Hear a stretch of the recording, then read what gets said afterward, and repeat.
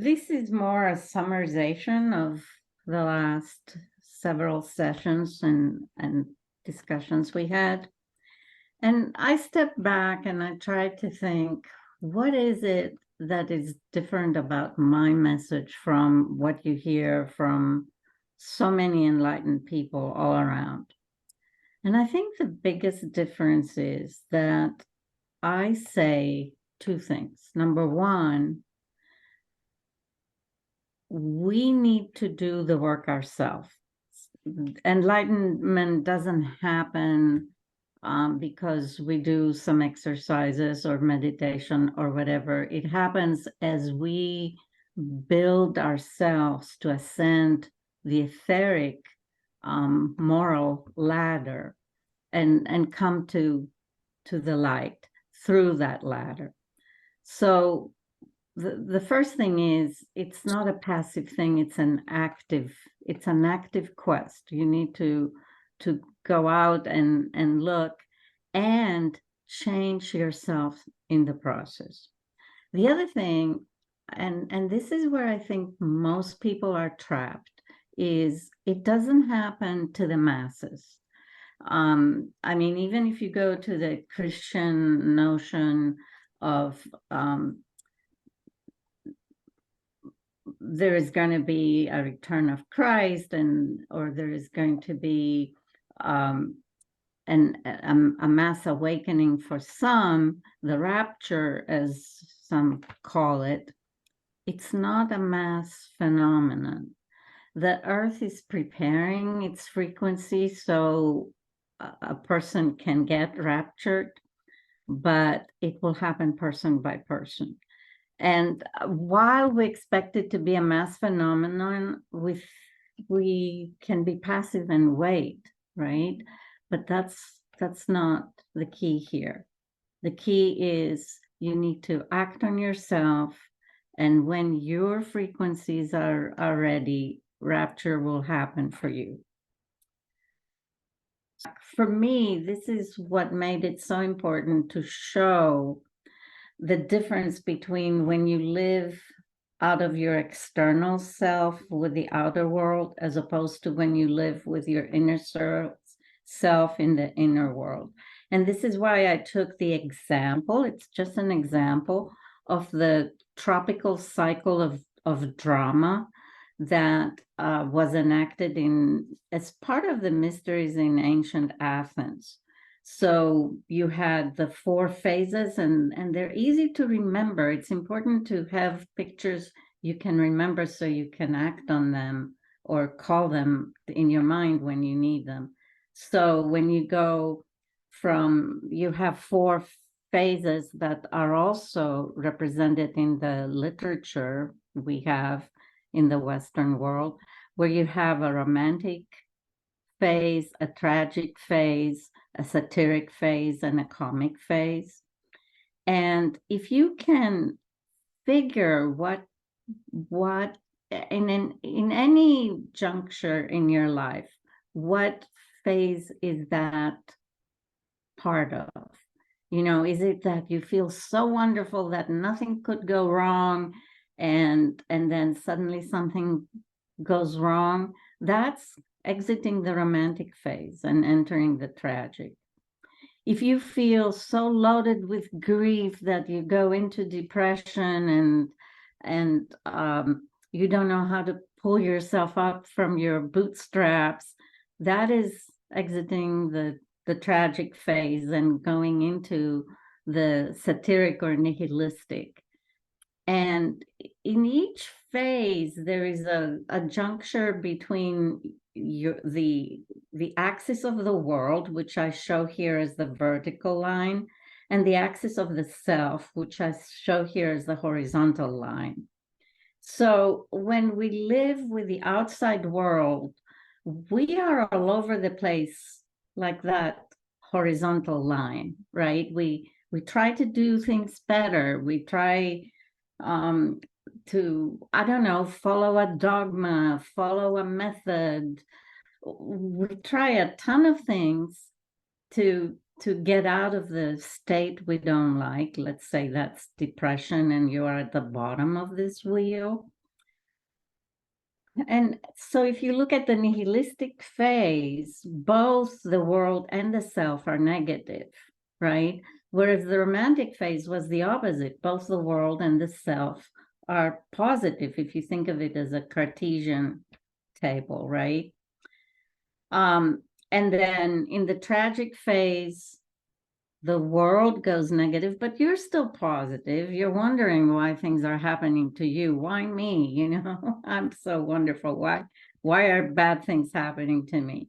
In the nihilistic phase, both are negative, and you don't believe in anything. This is the theater of the absurd that evolved after World War II. And then if you go to the comic phase, the self is negative. You don't believe in yourself, but the world tries to pick you up and get you to see that you can stand on your own. And the buffoon, you know, just keeps falling down and then keeps getting up and on and on. So that's the comic phase. And I assigned the most important flaw or problem in each. So in the romantic, it's pride or lust. You think you're better than God. In the tragic, it's grief. You're losing the ground you could step on. That moves into fear in the nihilistic phase, and then finally it rises to anger in the comic phase. So if you can remember these four and think what you need to do in each case is come away from the external to the internal. And that means aligning yourself vertically. You align yourself to the axis mundi. And that effect you influence by doing a transition. So if you feel pride, move it to reverence, move it to service, move it to, you know, I'm here to help you. I'm not here to order you around to help me, right? So that's the what you can do in that summer quadrant. If you are feeling grief, move it to Thanksgiving. Recognize what is it you're grieving. You're grieving the loss of something.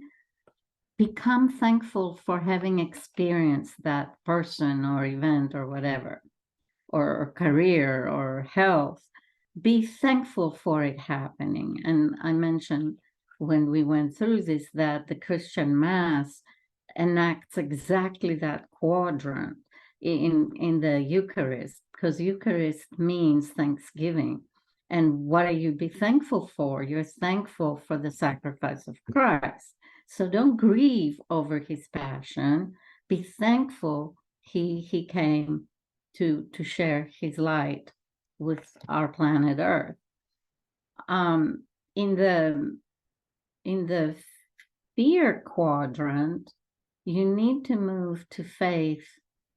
I call it trust because faith has different connotations depending who you talk to.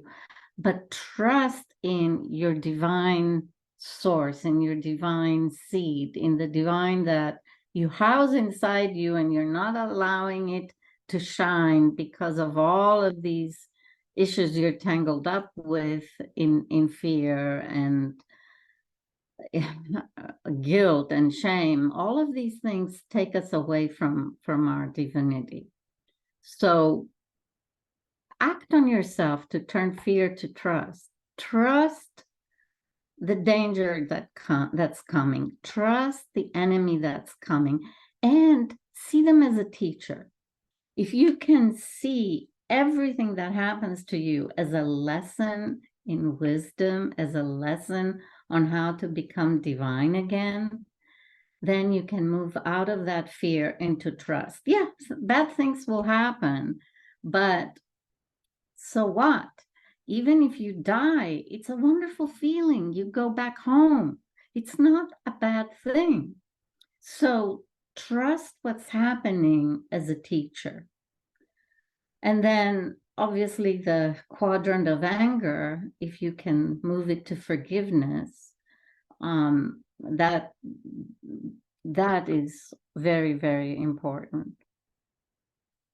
And in each of these, you're doing a reversal. You're grabbing what has grabbed you, and you turn it around. You make it be a miracle for you. And you do that one little bite at a time. Every day we could have 100 of these happen. Or you could be in a very long period where you are in grief. If you can remember these 4 transitions, I think it really teaches you to be your own harness. And in the end, that's what we must become in order to move out of our victimhood into a warrior existence, a divine warrior existence. And I think if you think of all the stories or myths where a prince king to be must first pull a sword out of a rock, like King Arthur or King Theseus in Greece, that's what that is. You need to bring your own power to bear to pull your sword out of that grab of the earth, out of the grab of matter, and remember your power, your divine power, so that can overcome the force of the rock holding the sword. And the sword is that vertical self that needs to align to the axis of the world in order to feel its divinity. So I just wanted to go through that quickly as a way to touch to where we left off last time. It's really interesting to me because I think going back from my life, working through things to get to that stage, I always felt that was the lessons in life that I was learning, particularly turning the grief into being thankful, focusing on what you're thankful for as opposed to what you feel you've lost. And so this wheel is kind of pulling together several of my own life lessons. So it really makes sense to me.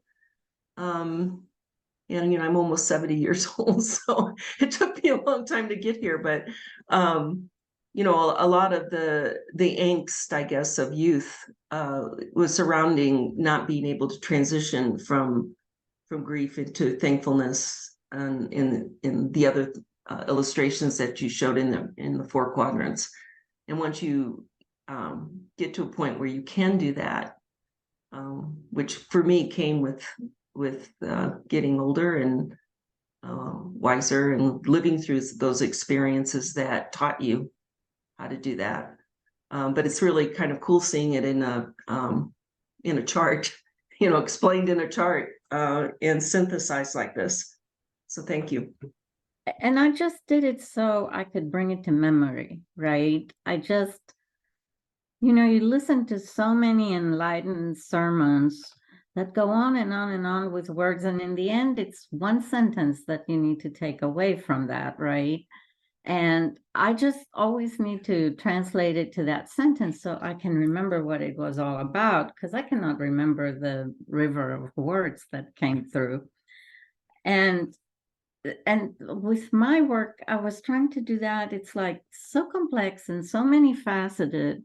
How do you bring it to a place where it's memorable? It's like a picture you can bring up in your head and reconfigure. Where am I? What must I do? Right?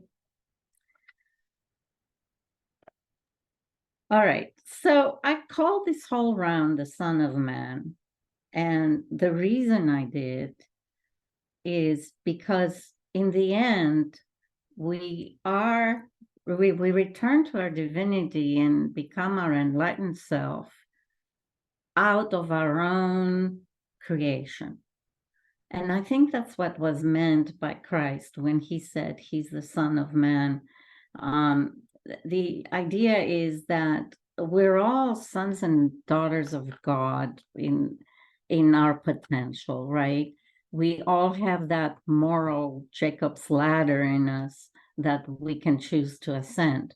But to do that, you must take the initiative yourself, and you must create yourself. It's very hard to get out of that solar plexus existence we have, which is linear cause-effect thinking. You judge everybody and you try to do everything as best you can. But the thing is, instead of trying to do things right, let us first choose what are the right things to do, right? School teaches you how to do things right. It doesn't teach you what are the right things. And denominations of religion do teach you what are the right things, but there is so much human lower thinking influence in most denominations that you fall in the trap. You fall in Christianity, you fall in the trap of waiting for the second coming, of waiting for that rapture, of waiting for Christ to save you. And that's not the case. Christ says, become the Son of Man, rise up to meet me. He doesn't say, oh, I will come save you one day. And here we are for 2,000 years waiting. It's a trap. And it's a trap because every group that is created in the end gets enamored with power, and the divine turns secular, right? So authenticity is very important. Like, think about how many years we spend being taught how to eat, what to eat, how to dress, all of these things that are influenced by trends, and what it takes to get out, to bust out of that and say, I am who I am, and I will, dress my way. I don't need to follow the latest fashion, which over the years becomes more and more irrational, right? It is a movement to being authentic. And authenticity builds soul. The ancients depicted the symbol for soul was a vessel, a sailboat. And that is because that's what it is. It's something we must build. This is why the Freemasons, their second grade, they call it Mason. Mason of what? Mason of soul. And then only after you have built your vessel of soul can you navigate it in the divine sea as the arc mariner, which is their highest level. Right? So the lowest level is the knight, which is the rider. In most languages, a knight rides a horse. In Greek, it's called the rider. And that means it's a symbol of taming the animal in you to be an upright human. We start down there. That's the first thing to overcome, our animal nature. And then we must build soul. And then we must learn to navigate the seas. So most of us are in the rider phase, and we keep falling off that horse.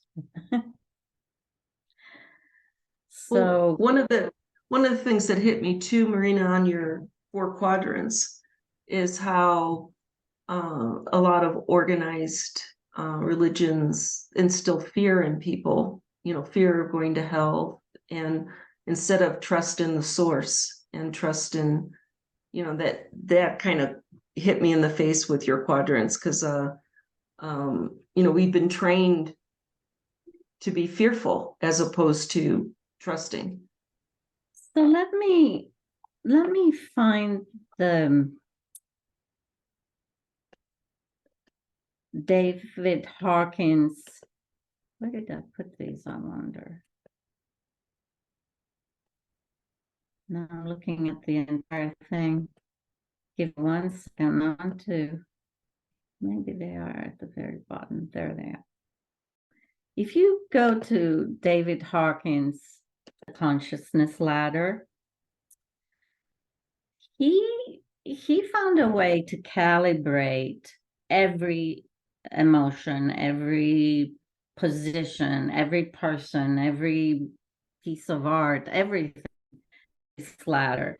And the way he does the calibration, he uses kinesiology, and he says, in a scale of 0 to 1,000, where 1,000 is divine and 200 is the threshold of truth, where does X calibrate, right? So this is first presence that I'm showing here. And if you think of the Kabbalah presence, which reaches even lower into the Malkuth of the chain to the earth,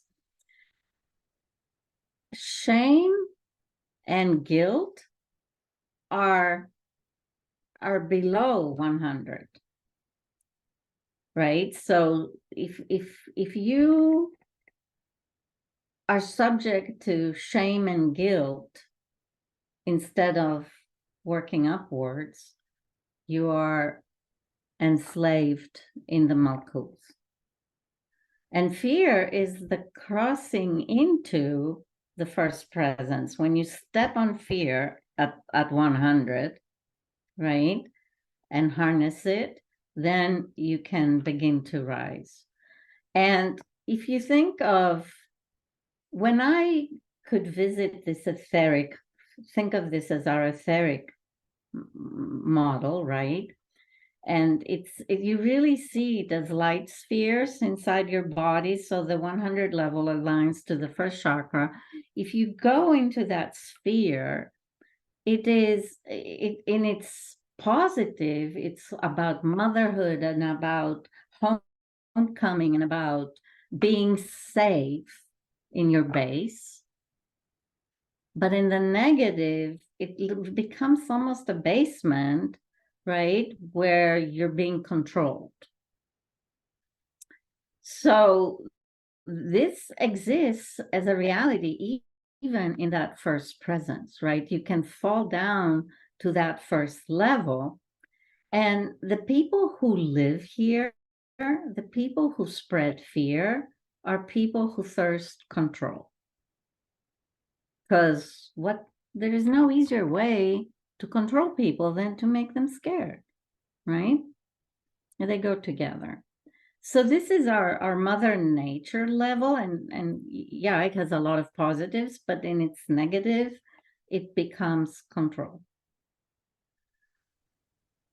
So if you look here, courage is what brings you into the 2 nodes of that align to the second chakra, and that's where the ancients exercised the heroic, right? A hero was somebody who could step out of fear into courage and then become a leader to others because he had courage, he had vision, he could, apply his will to reach an end.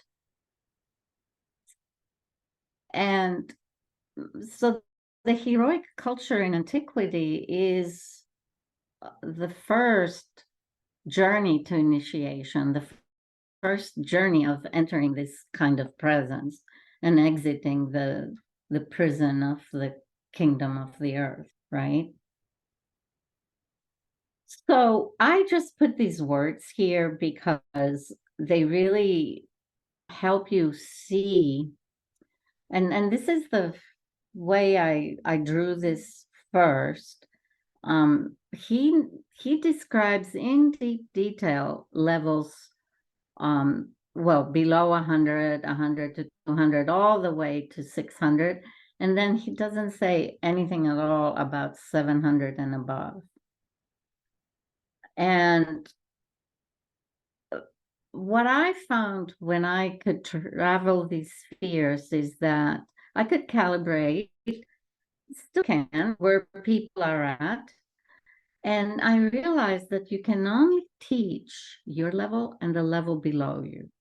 And for me, this was a tremendous lesson because I realized that whatever I'm working on, I cannot open it up to my family and friends. They look at me like I have dropped off a planet, some other planet. Because most people are educated people are caught in the solar plexus. This is that 400 level of reason. And it's a wonderful level. This is where science unfolds, right? But it's got its own walls. You can not get out of it out of fear of losing your reason. So people cling on to this scientific level and are very afraid to go into all of these things that most of the people in Pranalink explore in this 500 level, right? That has to do with love and with recognizing that there is a universe that is friendly to you and can help you bounce back. And doing what I just said, explaining what the ladder is, it's a range from 0 to 1,000, where 200 is the entry to truth, and 1,000 is the divine level, or the level of the masters. Where does so-and-so or this piece of music calibrate? And play with it. You need to be careful with kinesiology because it can be influenced by your left brain. So you need to ideally look at a symbol to stay out of left brain. So looking at this or looking at the wheel I draw with the 4 quadrants helps you stay out of left brain because words put you back in left brain. Mm-hmm. So you can do this calibration, and for me, it explained a lot, and I'll show you in the next slide. I modified it a little bit because I told you I had this event back in 98 where I felt I was in this cone of whirlwind and I was being pulled inside out. And then I was able to see this whole etheric being inside me and visit the different spheres and see how each sphere housed a different worldview. It was an amazing thing. It was, when you're a kid and I don't know if you played Snakes and Ladders. It felt very much like that. It felt like there were snakes traveling between the spheres and my consciousness could slide down the snake and then had to go back up the ladder and slide down another snake. And what I realized, and it's only yesterday that I realized this, guys, is that I was at this crossroad. I was in extreme joy because I was in a place I loved. And I was in a career I loved. I was with friends I loved. And I was just flourishing with joy. So what happened is I moved from the lower cone, if you can think of these as 2 trees, right? The tree of knowledge is at the bottom and the tree of life is at the top. But they're really 2 cones, right? That you move from one to the other as if pulled through a sleeve, right? And I moved from the 500 level to the 600 level, but that doesn't mean I'm always at the 600 level. Boy, can I drop, right? And a lot of my learning was, okay, why did I drop? Where did I drop to? And how do I get back up, right? And that's how this whole 4 baptisms, I call them the 4 baptisms because they align to the 4 densities that the Greeks recognized. that's how all of that came to be, because I was suffering through this. Every day was another trial, and I was trying to figure out, okay, what's going on. And when I found Hawkins like 10 years later, I thought, oh my gosh, he totally aligns to what I saw. But if you look him up on the internet, they show it a different way. They show this aligning um, to the seven chakras. So they show, I think 700 is the seventh chakra, and then they talk about others. But it's not the case. The 700 is the fifth chakra, and that's our restored Adam's apple, which is the harnesser of the second chakra, the 200 and 300. So if you think once you awaken your divine will, which is what you feel in the 700, and through that maneuver the second chakra to behave, right? So it's the charioteer is the 700, and the two horses are the 200 and 300. And the 200 is unruly and the 300 is ruly. This comes from Plato's imagery. That's how Plato talks about this triangle. So what happens in the middle when you balance the second chakra, the two horses, you come to a place of trust. That's the about 250 in the middle would be the place of trust. And that's when you allow yourself to believe in one God and to trust that this one God will provide for you. And the church really builds on that, but the problem is it turned us passive, in my opinion, that every which way they have translated the Gospels is turning us to passivity instead of activity. And being Greek, I was able to go to the scripts of the Holy Fathers in the first 200 years of the church, or 300 even, and see a very different Christianity, much more aligned to Gnosticism than to the fundamental Christianity today. So for me, that was my safety zone, was to go back to that and understand it and move forward from there. I see the latter building on each other. So, if you're in the state of love, it'll bring you to peace.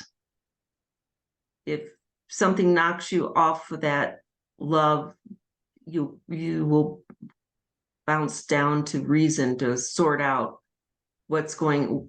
trying to figure out what bounced you from that feeling of love. And if you sort it out, you go back up to the love, which then will bring you peace.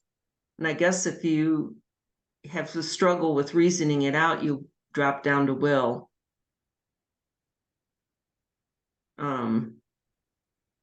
Is that how you interpret it too, Marina? Or you can drop down to anything. You can drop down to Malkuth even in the Kabbalah, right? It's not that you drop down one necessarily. okay. I can feel in my body where I'm dropping to, and it's a painful feeling. It's not very pleasant, but I don't think there's a rule in from 500 you go to 400, from 400 to 300. I don't think it's that at all. You usually go to rock bottom and start all over again. That's it depends how much of this you have truly cemented in your soul. I shouldn't say cemented, but depends how well you have built your soul vessel, how far you drop. So my drop was from the 100 level to the 400 level. And it kept happening again and again and again when I was intimidated by someone, for example, right? Now, my husband, who is also, he's at the 500 level, he drops down to 100. He drops to fear. So all of these events that are happening in the universe, in our planet right now, drop him to fear. So like, or to anger, like anger would be at about 150. So it's between the first and second level. I don't drop there.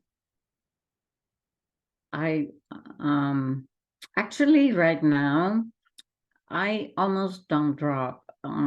It, you know, the minute I say that, something will happen, and I will. But I really reside in this peace. So that's almost like my base, because I have learned to always ask, what is this teaching me? So whatever is happening in our country right now, right? What is it teaching me? It is teaching me that the earth has moved to a frequency that forces us to use free will, right? Or makes the free will more apparent. And we move out of obedience. Well, when you first move out of obedience, where do you move to? To disobedience, right? Mhm. I mean, all of us had to get out of whatever fundamental religion we were taught as kids and revolt against it and rebuild our belief system on our own, right? That was Mhm. a move that is very similar to what's happening to the world right now. So I ask myself to trust it, because you first have to reject what you were chained into before you can discover who you are and how do you align to the universe. I don't know. What do you guys think? This is how I look at it.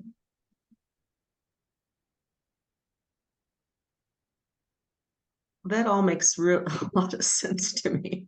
And I notice different levels of reaction to what's going on, like in our country or globally. And some people do fall to fear a lot faster about everything. Well, and fear is used now to manipulate us, right? You have to fear COVID, so you have to take the vaccine. And so what happens to people who don't fear COVID and who don't want the vaccine, right? The purpose of fear is to force you to submit. And it's And control that, again, like you're saying. yeah. Yeah. And it will press on, press on, press on till we learn to revolt, right? Mhm. Mhm. I love everything that you're saying, and I wanted to add from fear to will or courage, will and courage, or courage. Well, courage is Both. lower. It's a 200, and Okay. will is, and these are logarithmic differences, right? They're humongous steps to go up. I mean, I'll talk a little bit about that in a minute. Okay. So, I wanted to say, usually my clients are at fear, and to get them to the will or courage is like that's like a great step. It's like, let's just, and in between that point is the anger. And so when I'm working with someone and they feel anger, I consider that higher than where is anger on there? anger is right here. It's at 150 about. Okay, yeah. I guess my is that it's higher than fear, because you're when you're angry about something, it means you still have like the will and the at least a little bit of fire to make some things happen. We don't want to stay there but it's like I'm ready to fight for something. I'm ready to, and usually fight for yourself. It's fighting for, you know, to get out of that toxic relationship or to make some changes in your life. So it's nice to be able to see the elevation in a graph. Yeah, and you know, I really recommend the book David Hawkins. He's written a lot of books, and some of them are very difficult to read. But if you get Power versus Force, I think that that is wonderful. So the example he uses is to say, force is what happens at 100, at level, anything below 200 is force. And everything 200 and up is power. But he gives the example of Mahatma Gandhi and the English Empire. He said the British Empire operated at 175, which is pride. It's between anger and courage, right? It's pride. So they are operating at 175 with pride. Pride uses force. Mahatma Gandhi was at 700 as an individual leader, right? And it took just him influencing a nation to peacefully stop the force through power. So he uses that as an example of what the difference is between power and force, right? Force goes into battle, fights. Power is just passively reflecting it back out, right? So it's the same like martial arts. When you operate through power because you really perfect that second level of will and courage to obey your 700 level, which is the means by which you lead your mind. And that's why in Qigong they say where mind goes, Qi goes. And what they really with the martial art is what they learn is to take the force of the opponent and bounce it back at them. And they do that through power. So I found his book amazing because he's a scientist. He did that analysis with thousands and thousands of examples and calibrations. So he arrived to all of these placements of the words through thousands of calibrations. He was a psychoanalyst, or I don't know, he was a medical doctor in New York in the 90s. I don't think he's alive anymore, but I found that his scale very helpful to me. I agree. Thank you.